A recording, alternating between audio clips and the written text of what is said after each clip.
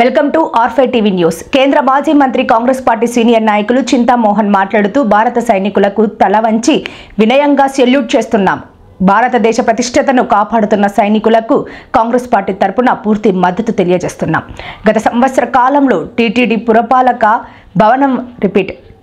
పరిపాలన భవనం వద్ద కాంగ్రెస్ పార్టీ ఆధ్వర్యంలో 30 సార్లకు పైగా ఆందోళన చేపట్టాము. టీటీడీలో పనిచేసే అర్చకులకు, శాశ్వత ఉద్యోగస్తులకు, వర్కింగ్ జర్నలిస్టులకు ఇళ్ల స్థలాలు ఇవ్వాలని కోరాము. చంద్రబాబు నాయుడు టీటీడీ ఉద్యోగస్తుల ఇళ్ల స్థలాల అంశంపై వెంటనే స్పందించాలి. అలిపిరి నుంచి పేరూరు వరకు 400 ఎకరాలు టీటీడీ భూములు ఉన్నాయి.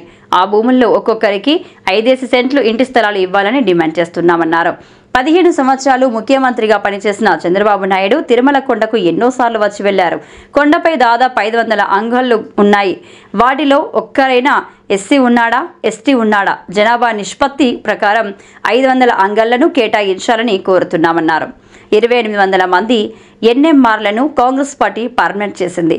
ప్రస్తుతం టీటీడీలో పనిచేస్తున్న వందలాది మంది ఎన్ఎంఆర్ ఉద్యోగస్తులను రెగ్యులర్ చేయాలని కూటమి ప్రభుత్వాన్ని డిమాండ్ చేస్తున్నామన్నారు. ద్రావిడ యూనివర్సిటీలో పనిచేసే ఉద్యోగస్తులు తీవ్ర ఇబ్బందుల్లో ఉన్నారు. ఎస్వి యూనివర్సిటీలో ప్రొఫెసర్లకు కూడా 3 నెలలుగా జీతాలు అందలేదు. ఈ ధర్నా కార్యక్రమంలో కాంగ్రెస్ నాయకులు యార్లపల్లి గోపిగౌడ్, రవి, తేజోవతి, మునిశోభ, వెంకటేష్ గౌడ్, కుమార్, హేమంత్ తదితరులు పాల్గొన్నారు. ఏడీ బిల్డింగ్ దగ్గర 30 సార్లు పైనే మేము రావడం, అభ్యర్థించడం, జాబులు ఇవ్వడం జరుగుతూ ఉంది. వాళ్ళకి చీమ కుట్టినట్టు కూడా లేదు. మేము అడుగుతున్నటువంటి మొట్టమొదటి డిమాండ్ చంద్రబాబు నాయుడిని, ఈ ఉద్యోగస్తులు కాదు, చంద్రబాబు నాయుడిని మేము కాంగ్రెస్ పార్టీ తరఫున అడుగుతున్నటువంటి మొట్టమొదటి డిమాండ్ అలిపిరి నుంచి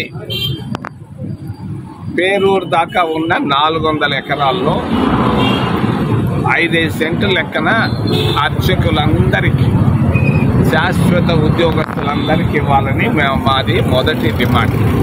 ఏమి నువ్వు టాటా బిర్లాలకి ఇస్తున్నావు 100 ఎకరాలు, ఎందుకు ఇవ్వకూడదు?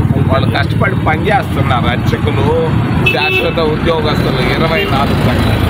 వాళ్ళ డిమాండ్ని వాళ్ళు అడగలేకపోతున్నారు. మేము అడుగుతున్నాం కాంగ్రెస్ పార్టీ తరఫున, మీరు ఖచ్చితంగా ఇచ్చి తీరాల్సిందే చంద్రబాబు నాయుడు గారు. రెండవది, 14 సంవత్సరాలు ముఖ్యమంత్రిగా ఉన్నాడు చంద్రబాబు నాయుడు.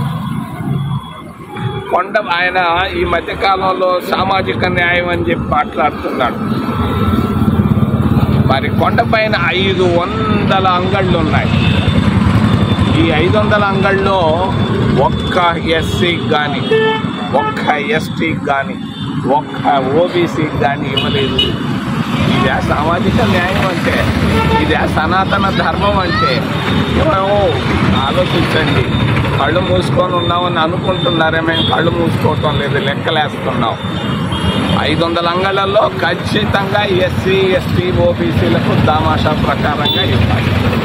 మూడవది, కాంగ్రెస్ పార్టీ అధికారంలో ఉన్నప్పుడు ఒక్క జీవోతో 2800 మందిని ఎన్ఎంఆర్లు మేము పర్మనెంట్ ఉద్యోగస్తులు చేశాం టీటీడీలో. అదేవిధంగా టీటీడీలో పనిచేస్తున్నటువంటి ప్రతి ఎన్ఎంఆర్ని శాశ్వత ఉద్యోగం చేయాలని మేము కాంగ్రెస్ పార్టీ తరఫున మేము చేసినట్టుగా చేయమని చంద్రబాబు నాయుడిని డిమాండ్ చేస్తాం. మరి 4వ విషయం, పరిపాలన అయిందేమో నాకేం అంత చక్కగా కనపడతాం. మన వెంకటేశ్వర యూనివర్సిటీకి పోతే 3 నెలలుగా జీతాలు ఇవ్వలేదు. 3 నెలలుగా ప్రొఫెసర్లకు జీతాలు ఇవ్వలేనటువంటి ముఖ్యమంత్రి, ఆ యూనివర్సిటీలో చదువుకున్నటువంటి ముఖ్యమంత్రి పరిస్థితి అందరికీ అర్థం అవుతాం. ఆయన గెలిచినటువంటి కుప్పంలో ద్రవిడియన్ యూనివర్సిటీలో 1 సంవత్సరంగా జీతాలు రాలేదు. ఏందా నీ పరిపాలన పోతా? చివరిలో, యుద్ధానికి ముందు చివరిలో నిన్న శ్రీ సిటీకి ఒక ఆయన వచ్చాడు, ఒక మంత్రి గారు.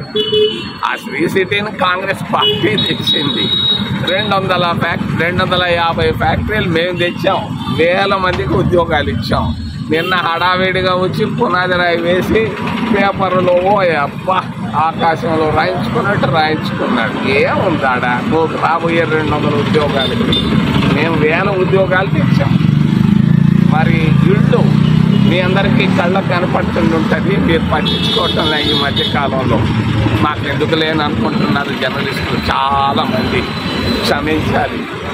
కాంగ్రెస్ పార్టీ తెచ్చినటువంటి ఇందిరమ్మ ఇళ్ళకి పసుపు రంగు పూసుకుంటున్నాడు జిల్లా కలెక్టర్ ఆఫీసు ముందే. ఇంతకంటే దౌర్భాగ్యం ఏంటి? మేము తెచ్చిన ఇళ్ళకి పసుపు రంగేంద్ర బాబు, చంద్రబాబు నాయుడు ఆలోచించు. నేను రుద్దిన బ్రష్తో నువ్వు రుద్దుకుంటే నీకేం విలువ ఉంటుంది? నువ్వుదా 10,000 ఇళ్ళు నేను ఒప్పుకుంటా. నేను తెచ్చిన ఇళ్ళకి నేను పునాది రాయి వేయించి నేను ప్రారంభించిన దానికి నువ్వు పసుపు రంగు పూసుకుంటే నవ్వుతున్నారు అందరూ అని తెలియజేస్తూ యుద్ధం. భారత సైనికులు గొప్పగా పోరాడుతున్నారు. భారత సైనికులందరికీ దేశ ప్రజలందరూ తల వంచి వినయంతో వాళ్ళకి వారి అభినందనలు తెలియజేస్తూ పూర్తి భారతదేశం భారత సైనికులతోటే ఉంటుందని మేము కాంగ్రెస్ పార్టీ తరఫున తెలియజేస్తూ ఏదైనా ప్రశ్నలు అడగనని మిమ్మల్ని ప్రార్థిస్తున్నాను.